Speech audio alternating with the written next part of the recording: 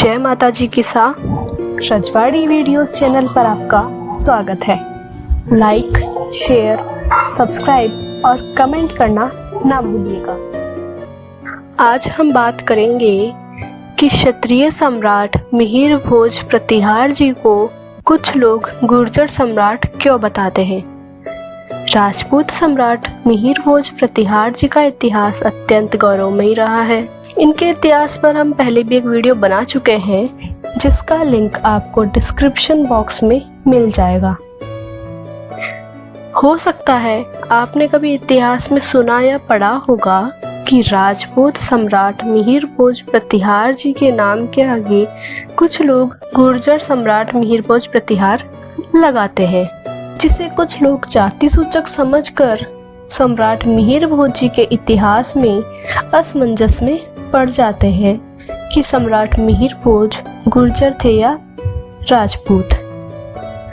गुर्जर सम्राट मिहिर भोज प्रतिहार शब्द को लेकर समाज में कई प्रकार की भ्रांतियां पनप गई है, जिनका अंत पुराने शिलालेख, साहित्य के पन्नों के आधार पर ही हो सकता है, जैसे मंडोर, कन्नौज, जालोर, ग्वालियर, उज्जैन, नागौद के शिलालेखों से साबित होता है कि परिहार सूर्यवंशी असली क्षत्रिय राजपूत हैं।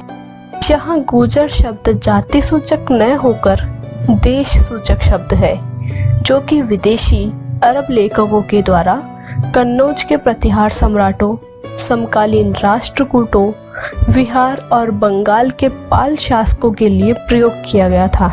चीनी यात्री हेनसांग ने कियो चेलो, जिसका अर्थ है गुर्जर देश, नाम के एक देश का उल्लेख किया था, जिसकी राजधानी टीलो मेलो अर्थात भीनमाल थी, के ऊपर शासन करने वाले शासकों के साथ गुर्जर तथा गुर्जरेश्वर को उपाधि के रूप में प्रयोग किया गया था। 9वीं शताब्दी के समय गुर्जर शब्द जाति सूचक न होकर देश सूचक था, जो कि गुर्जर देश के नाम से प्रयोग किया जाता था। गुर्जर देश पर 3 शताब्दियों तक शासन करने वाले सभी राजपूत, राष्ट्रकूट और पाल शासकों के साथ गुर्जर, गुर्जरेश्वर एक उपाधि के रूप में प्रयोग किया गया। समकालीन लेखकों ने चालुक्य, चावड़ा और तुर्क शासकों के लिए भी गुर्जर शब्द का प्रयोग किया। जिस प्रकार आज भारत पर राज करने वाले भी भारत सम्राट या भारत नरेश ही कहलाएंगे। भारत पर मुगलों ने भी शासन किया था। इस वजह से यहाँ पर राज करने के कारण वे शहंशाह हिंद या सुल्तान ही हिंदुस्तान कहलाए। अब हिंदुस्तान कोई जाति तो है नहीं, है तो देश ही। बस यही प्रतिहार वंश के साथ हुआ था, तथा गौड़ देश के पालों के लिए गौड़ शब्द को उपाधि के रूप में प्रयोग किया गया था। चेदी देश के कलचुरी के लिए चेदी शब्द, महाराष्ट्र के राष्ट्रकूटों के लिए कर्नाट शब्द उपाधि के रूप में प्रयोग हुआ। उसी प्रकार गुर्जर देश पर अपना शासन करने वाले राजपूत शासकों के साथ गुर्जर शब्द का प्रयोग उपाधि के रूप में हुआ। डॉक्टर दशरथ शर्मा ने तत्कालीन साहित्य के आधार पर सिद्ध किया है कि 7वीं शताब्दी से लेकर 14वीं शताब्दी तक गुर्जर, गुर्जरात्रा, गुर्जर राष्ट्र, गुर्जर भूमि, गुर्जर देश, गुर्जर मंडल आदि नामों का प्रयोग देश के रूप में किया जाता था, तथा गुर्जर, गुर्जरेश, गुर्जरपति, गुर्जरेश्वर जैसे शब्द वहाँ के शासकों के लिए प्रयोग किए जाते थे।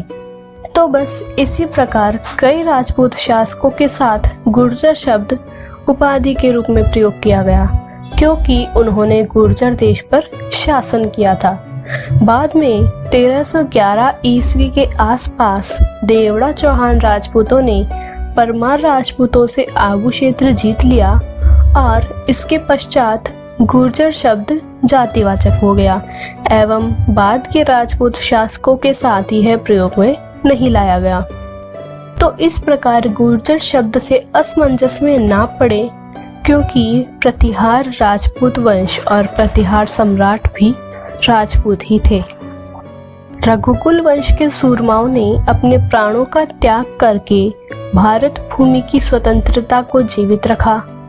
सम्राट मिहिर भोज जी एक ऐसे सूरमा जिन्होंने 50 सालों तक अपनी तलवार के दम पर सोने की चिड़िया कहे जाने वाले भारत भूमि पर विदेशी आक्रमणकारियों को पैर तक नहीं रखने दिया था और पुरातन भारत की संस्कृति की जड़ों को सींचकर राम राज्य की स्थापना की थी।